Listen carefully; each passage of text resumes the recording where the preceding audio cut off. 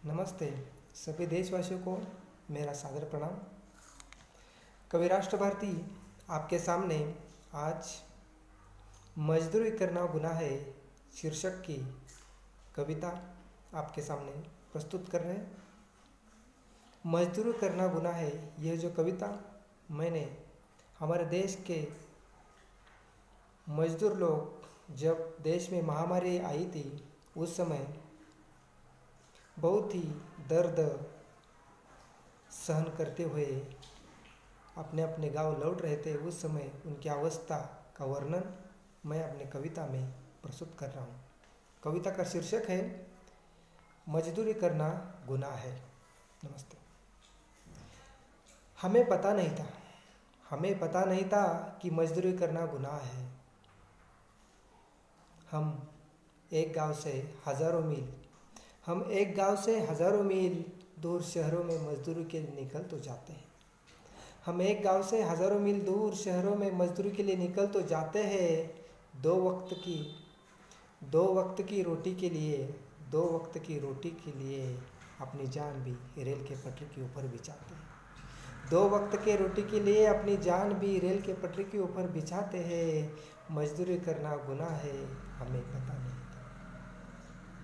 अगली पंक्तियाँ इस प्रकार है। हम गरीबों की आवाज़ कौन सुनने आता है। हम गरीबों की आवाज़ कौन सुनने आता है। जब जान जाती है तो लाखों रुपए का मुआवजा की घोषणाएं होती है। हमारे हाथ में आने तक एक जान और चली जाती है। हम गरीबों की आवाज़ कौन सुनने को आता है। जब जान जाती है तो लाखों रुपए का मुआवजे की घोषणाएं होती है। हमारे हाथ में आने तक और एक जान चली जाती है। बताओ मुझे, मजदूरी करना गुनाह है। हमारे राज्यों की सरकारें सोई हुई होती है। जिन राज्यों का विकास नहीं हुआ, जिन राज्यों का विकास हुआ है उस राज्य में मजदूरी के लिए निकल पड़ती है। उनके लिए ये पंक्तियाँ हैं।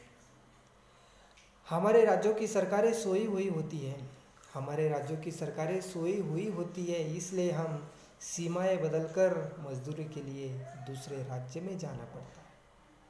हमारे राज्यों की सरकारें सोई हुई होती है, इसलिए हम सीमाएं बदलकर दूसरे राज्यों में मजदूरी के लिए जाना पड़ता है।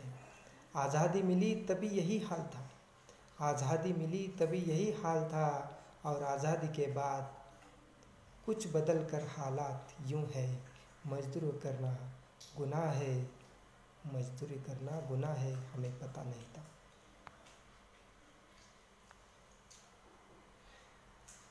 यहाँ अमीरों के आगे हुकूमत झुकती है। उन्हें हवाई जहाज़ में बिठाकर विदेश से लेकर आती है। देखिए, जब महामारी आई थी तब हमारी सरकार क्या कर रही थी। यहाँ अमीरों के आगे सरकार झुकती है। उन्हें हवाई जहाज़ में बिठाकर उनको विदेश से लेकर आती है। हम गरीबों को हुकूमत रोकती है। पैदल चलकर भी गुनाहों के पिंजरे में कैद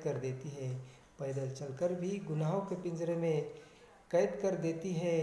हम एक गांव से हज़ारों मील दूर शहरों में मजदूरी के लिए निकल तो जाते हैं। 2 वक्त के रोटी के लिए अपनी जान भी रेल के पटरी के ऊपर बिछाते हैं। हमें पता नहीं था कि मजदूरी करना गुनाह है। मजदूरी करना गुनाह ज़रूर है। ये जो पंक्तियाँ हैं पूरे मजदूरों के लिए समर्पित है। मजदूरी करना गुनाह ज़रूर है, लेकिन देश की अर्थव्यवस्था को मजबूती हमने दी है। मजदूरी करना गुनाह ज़रूर है, लेकिन देश की अर्थव्यवस्था को मजबूती हमने दी है। देश की सड़कें, रेल पटरी, हर इमारत की नींव हमने रखी है। देश की सड़कें, रेल की पटरी, हर इमारत की नींव हमने रखी है। फिर भी आप कहते हो मजदूरी करना गुनाह है। हमें पता नहीं था कि मजदूरी करना गुनाह है। हम एक गांव से हज़ारों मील दूर शहरों में मजदूरी के लिए निकल तो जाते हैं, 2 वक्त के रोटी के लिए अपनी जान भी रेल के पटरी के ऊपर बिछाते हैं। जब महाराष्ट्र में एक दुर्घटना हुई थी, रेल के पटरी के ऊपर जो मजदूर सोए हुए थे उनके ऊपर से रेल जाकर लगभग 15-16 मजदूरों की वहाँ पर दर्दनाक मौत हुई थी। उसके ऊपर ये पंक्तियाँ हैं, 2 वक्त की रोटी के लिए अपनी जान भी रेल के पटरी के ऊपर बिछाते हैं। अंतिम पंक्तियाँ इस कविता की ऐसी है। साहब हम गुनाह करके अपने घर लौटना चाहते हैं। जब मजदूर अपने घर लौट रहे थे तब उनकी दास्तान इस प्रकार है। साहब हम गुनाह करके अपने घर लौटना चाहते हैं। साहब हम गुनाह करके अपने घर लौटना चाहते हैं।